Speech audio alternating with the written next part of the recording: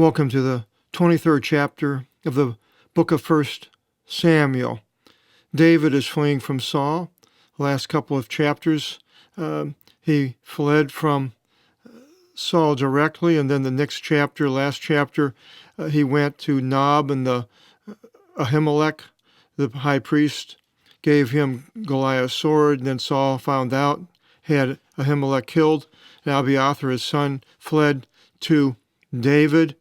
And David, it says, it continues here now, and they reported to David, saying, Behold, the Philistines wage war, polemusin, the polemics, and also the alpha, the gamma with the alpha, has something to do with the report, angelos, an angel, messenger, saying, the Philistines wage war in Keilah. Keilah apparently is the same as the citadel mentioned in the last chapter, and I wasn't quite sure where that was, but in the map here I found one, and there's Keilah, fairly close to Jerusalem, and the wilderness of Ziph. It'll mention that a little bit here. So this is the area that we're in. And they said they tear in pieces the threshing floors. So when the people were threshing the wheat harvest, then they took the wheat and cleaned got the chaff, and apparently wherever they were doing this work, then the Philistines came and caused them a lot of trouble. And David asked of Kiriu, of the Lord. I can't think of any place that Saul asked of the Lord. He might have asked through Samuel the prophet, but David asks directly of the Lord. He doesn't go through the priesthood, which is interesting. He does it direct. Well, he might have, because it had the prophet Gad was mentioned before, and Abiathar was with him. But Abiathar was the son of the high priest, and the temple was not with David, or the ark. But he asked of the Lord, which is a good thing to do. We can ask directly to the Lord ourselves. We do not need a priesthood to go through, as David didn't have to go through a priesthood. We can go directly through God, directly asking in the name of Jesus. And then he asks, shall I go and strike the Philistines?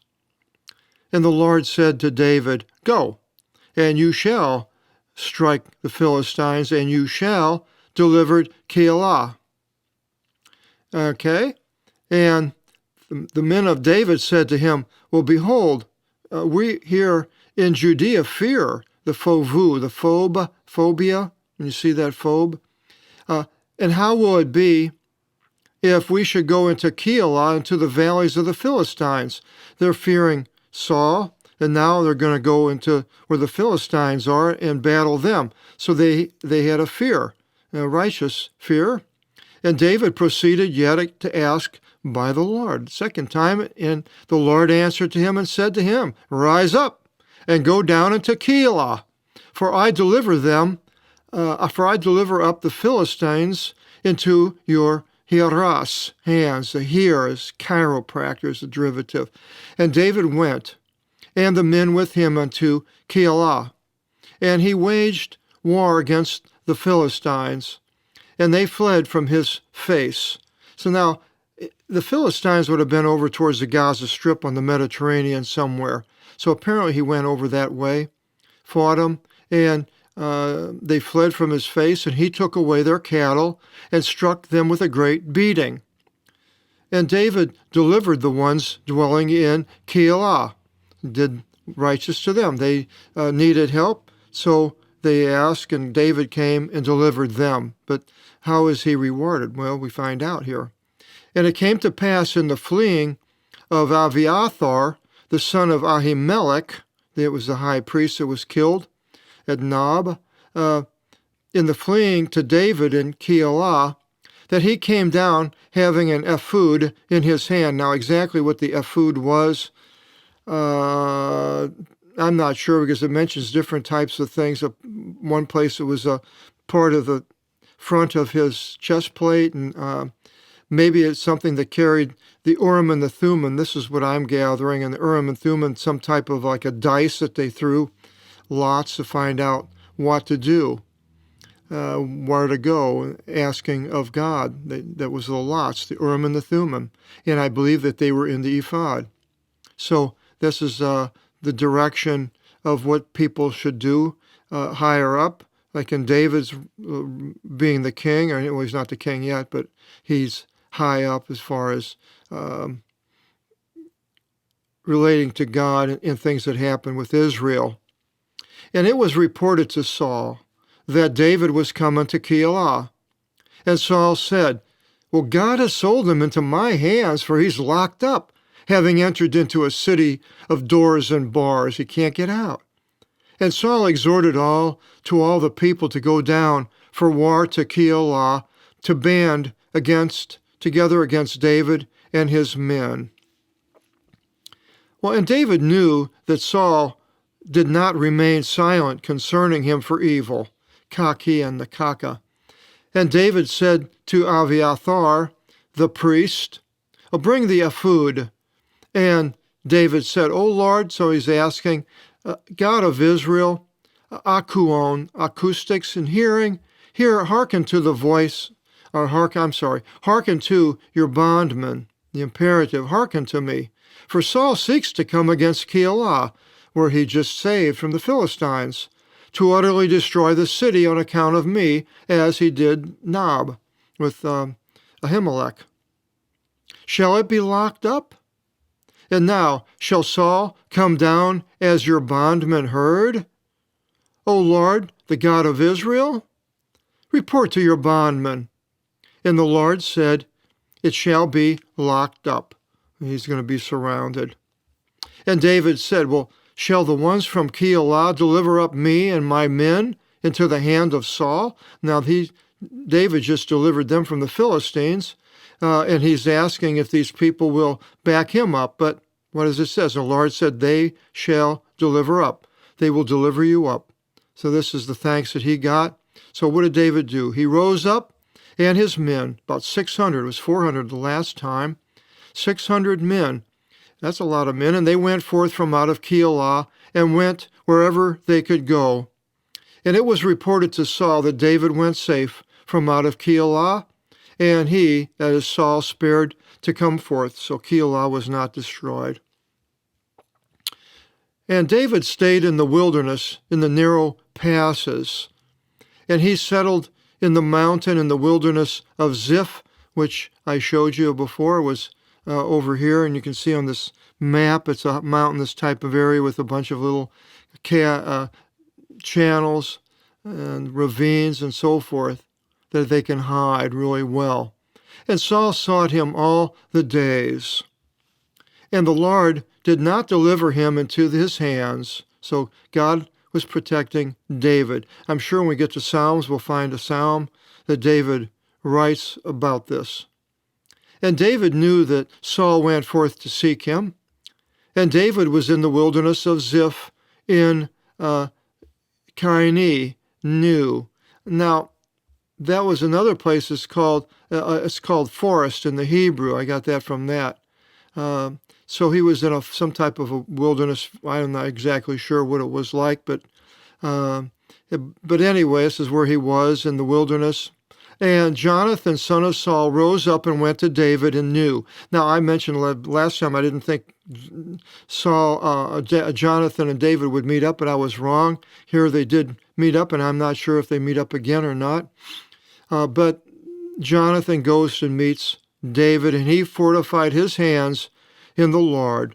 They make another pact, and he said to him, Jonathan said to David, do not fear, fovu, again, for in no way shall the hand of Saul, my patros, paternal, comes from that, find you.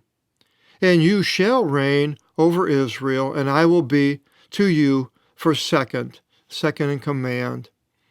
And Saul, my father, knows so. And both ordained a covenant before the Lord, but it never happened because Saul and Jonathan were killed in the Gilboa, and we'll get to the end of this book. And David settled in Nu, and Jonathan went forth to his house. And the Ziphites ascended up to Saul unto the hill, saying, Behold, is not David hid by us in the narrows in Nu, in the hill of Hakilah, at the right of Jeshimon, in that area? And the Ziphites, the people who lived in that wilderness. And now every desire of the soul of the king, let him go down to the descent to us. They are being uncovered into the hands of the king. We're going to show you where David and his men are. And Saul said to them, Being blessed are you to the Lord, for you toiled on account of me. You should go indeed, and prepare yet, and know and see his place, where his foot is quickly, that in that place of which you spoke, lest at any time he should trick you. He moves out. And look, and know from out of all the places where he hides there, and return to me at ready, when you're ready, and I shall go with you. And it will be, if he is in the land, that I shall stretch him out among all the thousands, search him out among all the thousands of Judah. I'm going to get that guy. And the Ziphites rose up and went before Saul. They went back to their area. And David and his men were in the wilderness of Maon, to the west of the right of Jeshimon. And Saul went and his men to seek David. And they reported to David, and he went down into the rock in the wilderness of Maon. And Saul heard and pursued unto the wilderness of Maon after David. And Saul went and his men from the side of this mountain, and David and his men from the other side of this mountain.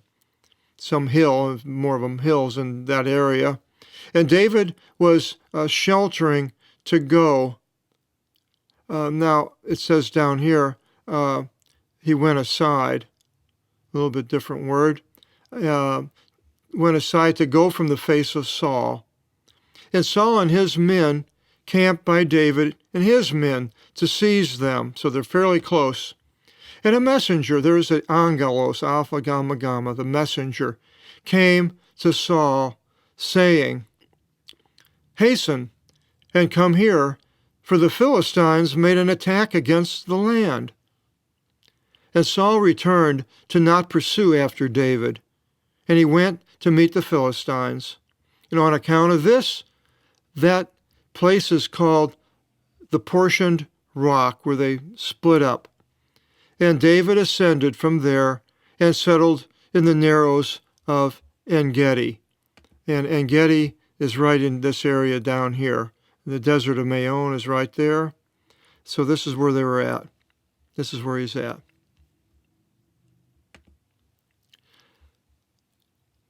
Next chapter, chapter 24, we continue with this chase of Saul after David and David's dodging and weaving the men of Saul.